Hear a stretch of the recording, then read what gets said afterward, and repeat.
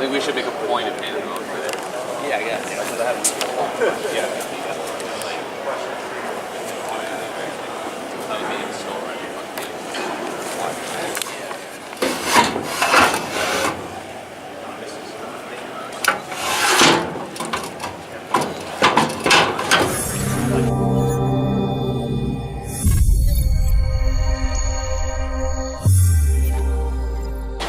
Hey, I'm with Leigh Kuhn over here at the RynoWorx booth, and we were just talking about this new melter, which you've seen on the intro video here. And I pulled the burner out, and that's what we were talking about yesterday, was the burner setup that has just been innovated since we've seen it last time. So this unit is the 30-gallon unit that's in front of us, and I know that's the one that we kind of talked about. You're telling me you just did like a test run and stuff, so maybe just kind of let everyone else know what you let me know yesterday about this unit, Leigh. Sure. So we're just launching this. I mean, we spent a few years kind of contemplating what we should do for a 30-gallon kettle, and we decided to put out a twin burner design. Yep. Both burners have independent temperature control. Yeah. So each burner you can do separately. Yeah. So you can control. You Crazy. got a high-low adjustment on each burner. Both burners are sealed in the unit, but they're also easily removable for servicing or for adjustment.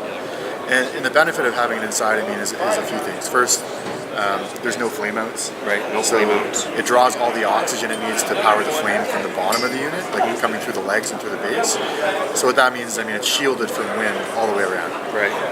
And anyone that's ever used any sort of a torch-driven unit, You know what the you deal know is. You know that you get flame outs. Yep. You know, and it doesn't matter. You know. It wastes fuel. A Yeah. lot of times you'll smell the propane fuel in the air that's unburned because of the wind. It wastes fuel and it dumps fuel into the empty cylinder. Yep. And if you ignite it with enough fuel in it, it can be kind of dangerous. Yes, that's So- definitely true. So the other thing we did, Marvin, is we put on flame out sensors.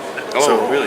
In the event that the flames Would go did out. have to go out, it shuts off the gas. Oh, really? So you're not just dumping fuel into the unit. That's epic. And then I think the other real benefit for the burners is that they're positioned at the very bottom, and the heat rises directly to the base of the kettle. And our design is a flat bottom with angled edges. Oh, really? So the angled edges are kind of help out the agitation, so you're not going to a dead end. Yes. But it allows you to lay your bricks of crack fill are technically flat. Right. So you can lay them on the the bottom edge. side, and you're going to get better surface contact. Heat right there. with the heat. Well, I seen the burners and they're like this. Like they're going everywhere. Like I was like, man, are those in there the right way? But they are in there the right way. The heat's getting distributed how we want it to. Yeah, so it's a jet burner, so it's got individual jets that are angled in different directions. So what that does is that sends heat kind of equalized across the bottom of the kettle, upward, Right. towards each part of the kettle floor. It's wild. So you were telling me that you did a test run. It was like 2 degrees out up there in Ontario, right? Yeah, 2 degrees in Ontario. So you had rubber in one of these units, and even in that kind of weather, it was heating how fast? Yeah, we got about 75 pounds of material done in just over 40 minutes. And that's in negative 16 Celsius or 2 degrees Fahrenheit.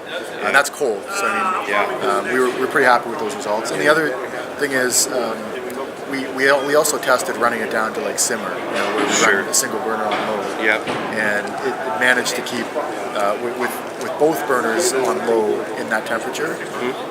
On a 4-hour run, material just stayed nice and liquid, nice and pliable. So that's the nice thing is you can adjust that down so that you're not using as much fuel and you're not overburning the product either. Yeah, you're not having to worry about cooking the product. You're keeping it pliable without cooking up the bottom of the machine. Dang. Sounds like if you're going to buy a 30-gallon unit, you should at least give it a look and give it a shot. And how can people contact RynoWorx and say, hey, tell us about it a little bit more. Who's our contact person? How do we get one? What do we do? Well, I mean, I love social, so post if you've got questions. I mean, You can go right to you. U.S. Sealcoaters on Facebook, great Yeah. resource site. Put a post on there, and I'm glad to answer your questions. Yeah. If you see this video, I'll probably tag Leigh in it. And if you see it on Facebook or anything and there's a comment section, you can just tag in there too and say, hey, get a hold of us. So. And for anyone that does wind up, giving our kettles a try, I mean, we care a great deal about your feedback. Right. And we know this is a great starting point for a product. We know that it performs better than the other options. Yeah. But I think ultimately what makes a really great product is continuing to converse and hear what people think. I mean, hearing honest field feedback and and discussing, what are the small details that we can continue to do that make it even better. I think you're right. All right, Lee. I really appreciate it. Thanks for the time, Marvin. National Pavement Expo. This guy's here every year, right? Yeah, all the every year. time. He's always available. Sounds good. If you see the video, just comment some of the links to RynoWorx stuff. I'm going to post underneath this video, and you can check some stuff out for your own, on your own. And you can get back to Lee. I'm going to check some more stuff out today. Sound good? Right on. All right. Thanks.